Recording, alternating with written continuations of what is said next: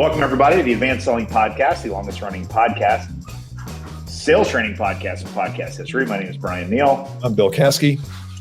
Kind of goofed that one up, didn't I, on the intro? Kind of forgot a word there, didn't I? Yikes, been doing this too long. We're thrilled to death that you're here. If you're not a member of our Insider program, by all means, you need to go check that out, advancedsellingpodcast.com/insider. Do we know July's topic yet, Bill? Are we letting that out of the bag? We do know July's topic. I think this episode, though, will. Oh no, it's good. I think it's good. We'll be in time right before, right? Yeah. Let me look to see what it is. Okay, yeah. Putting you on the spot there. Yeah. You're good. We're good. So, but I did want to mention a pop culture announcement that we sort of knew was coming, and no one ever wanted to admit that it was coming. But do you know what famous TV personality is retiring after nearly 40 years at the helm? You do. Who's that? Who is it? Pat Sajak is retiring. And, he's been there a long time. This Wheel of Fortune is just the most wholesome, perfect American thing, isn't it? So Pat Sajak is retiring. This is just a huge, and it's been around for so long. It's wonderful. Here's what's interesting to me, though, as you reread past the article. So Pat Sajak is retiring, but if you read further, the article says he's going to stay on as a consultant for 3 years. And my question is, what exactly is there to consult on with the Wheel of Fortune? It's literally been the same game for 40 years. That's right. Slightly different back in the 70s, but since he's been there, it's been the same. And I just don't know what is there to talk about. You know what I mean? I think we should scoot the contestants a little bit closer.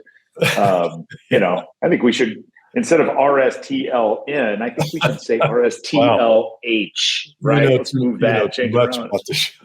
Yeah, totally. It's like, I just didn't get it. But I think it's great. What a great game. And I would not want to be the person that takes over. Well, you know who's taken over, don't you? No. His daughter. She is? I think I read that. I didn't know that. It was either she's in contention. I mean, if she wants it, she probably has it. And I've seen her some videos. She's very good. She's awesome. Vibe. Yes, and she does his social media. I think she runs their social media. Yeah. She's like the face of their social media. Anyway, that will be go ahead. Yeah, you know what I love about Pat Sajak is you never feel like he's on. You never feel like when the cameras are on, he's different than when the cameras are off. Not at all. He's just himself, and he says things that I find very funny. Nobody else laughs, and I'm sure he's just like, I got to amuse myself after 80,000 episodes of this thing. Right. But that's a lesson, I think, for all of us. Is sometimes we feel like, well, when we're on a webinar or when we're presenting to a group, we have to be on. We have to be extra excited and eager and raise our voice and talk a little faster and that's not him. He just stand over there. There's the mark. Okay, we're gonna. Yes. And I also love, in addition to that, he is also, think of, like you said, I don't know how many episodes, it would be thousands of episodes he's done. Everyone feels like the next one, like it feels fresh, doesn't it? Mm-hmm. He doesn't sound tired. He doesn't sound bored. He's just, I'm a big fan. So. Yeah, I saw that. It's good. We'll have to watch. Yeah, go ahead. Yep. We spent a little time last week on this when we talked about LinkedIn fatigue and the idea of taking a very step-by-step approach. And I quoted a doctor that specializes in movement, Kelly Sterrett, and he speaks about you have to set up your processes so they are easy to adhere to. And he's talking about it from a fitness standpoint. But I think it's the same thing in sales. Is sometimes I think our sales process, what we teach people, and I think you and I are both teaching similar kinds of things to our clients. Sometimes it becomes hard to remember it all. And so I'm wondering if there's some discussion we could have here today about some things that are barriers to executing the sales process and remove those barriers, which will allow the process to be executed more easily and implemented. So I thought that might be I've got a couple ideas here, I think, of things that get in the way. And if we can remove those obstacles, we get better. Can I give it a name? Absolutely. I'm going to call it friction. Friction. Because I talk about. Did you make that name up? Is that friction? Never heard. No, it's something I always talk about removing friction. It took me a long time to come up with that word. Yeah, did a couple couple of focus groups, and we landed on this thing. So God, you're amazing. I do wonder. Sidebar. You ever wondered who names all the pharmaceutical things? Like, who comes up with olanzapine, or you know what I mean? Yeah. Or Lipitor. And they always sound a little bit like what the problem is, don't they? You know exactly. Exactly. Or the key ingredient. There's yes. Yeah. It's just, but there has to be a graveyard of ones that didn't make the cut. Yeah. I want to know what? There's gonna be some firm that did, like, this is Lipitor was going to be called, Liposuck. I'm like, well, Liposuck didn't quite make it, but it was third on the list. Someone help me. Someone in the pharma world, tell us where the graveyard is for drug names that didn't make the cut. I want to hear that. Anyway, they're market testing these names too. So this is 100%. They have to, they're right? not just picking one, going with it. No. And there have to be some point where there were like a couple of finalists and Lipitor won over something else. Yeah. I'd love for a listener to tell us about that. That would be really cool to know. So I'll give you one of my beliefs about barriers is I think there's a barrier to starting the sales process. So we have the sales process that we've been teaching you for the last 95 years on this podcast. And there's a lot to it. There's a lot in it. There's economics and there's finding the problem and there's all those things. But I think the beginning of the sales process, if we don't start it correctly, then the rest of it can become unwieldy. And even to the point where, how do you start the first conversation?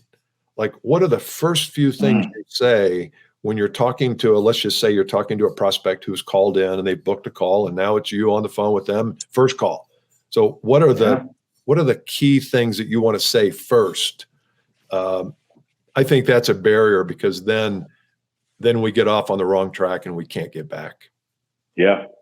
Or I start the conversation by saying, so Bill, you a golfer? Yeah. What's your shark? You catch that shark on the wall? I don't either. Oh man. I love that one though. There's a massive barrier to starting, isn't there? When I start, I'm thinking about my clients and our team. I'm like, that's absolutely the first barriers that's starting. Like I'll have clients that want to do like days and days of research, about it. I'm like, call them, send them an email. Like, you don't need to know every single thing. So that's a really good barrier. So here is a barrier or point of friction that I see a lot. And that is the barrier of discomfort. That there are points in the process, if anything edges on the place of discomfort, could be a question that's a difficult one to ask or answer, or I realize that there's 4 other people involved in the decision and aren't in the room. And I'm like, I feel this angst and I resist going through that. I just let it be. So you hear from a buyer, like, well, we're going to take this to, our senior leadership team. We have a meeting coming up, so we're going to talk about this and get back to you. And there's resistance right there to go, hang on, time out. Tell me about this again. Most people go, okay, it sounds great. Well, keep me posted and I'll check in with you if I don't hear from you. So you're saying that not knowing how to handle those things that pop up are barriers to executing the process. I think we know how to handle them. We still don't do it. I think our listeners will be in a call and something will come up and they'll know, because they listen to the Advanced Selling podcast, what they should ask next. But it's a tough question, but they don't do it because they're like scared of the discomfort in it. So, and you're right. I think there's some people that don't know that, but I even think people that do know what to do still don't do it. So maybe, because what you just said there kind of took it a step further, is that there's fear, there's anxiety, there's pressure, there's whatever that causes us to just, we know we should say it and we just skip over it. I'll bring that up later. Totally. It's fear, it's attachment. Yes. It's yes. What will they think if I bring that up and don't bring it up in that perfect way? It's that fear of other people's opinions. It's part of that fear too. Yes. I was think anytime you've been in a sales call and you're debriefing with your boss or yourself and you say something to the effect of, well, I was going to ask them or I wanted to ask them, or I wanted to see if you say I wanted to and didn't, there's your trigger. Yeah. Why didn't you? Yeah. Sorry, I interrupted. Go ahead. Yeah, no, that's good. So that's a mindset thing. That's an inner, that's a mindset thing. Don't say it. Is he still alive? No, still can't say it. Yes, he's still alive. His lawyers are alive. That's the problem. Well, that's what I wonder. What happens? I don't know how that happens if you say something that someone has trademarked after they pass. Is there estate sue you then? I don't know. Yeah, what Bryan is referring to is an inside joke that if you've listened to us for a while, there's a certain term that we used to use that we got excoriated for by the attorney. But I've heard that term. There are a lot of people. It's the most generic. Anyway. Here's another one is sometimes I'll ask like a brand new client, and one of the things I'll do is an onboarding where I want to get clear on what they know and what the problem is that they solve. And that's something that a lot of salespeople can't answer. And that is, what problems do you solve? What your value that you're so proud of and should be is wrapped up in problems or circumstances or things that aren't going right for the prospect.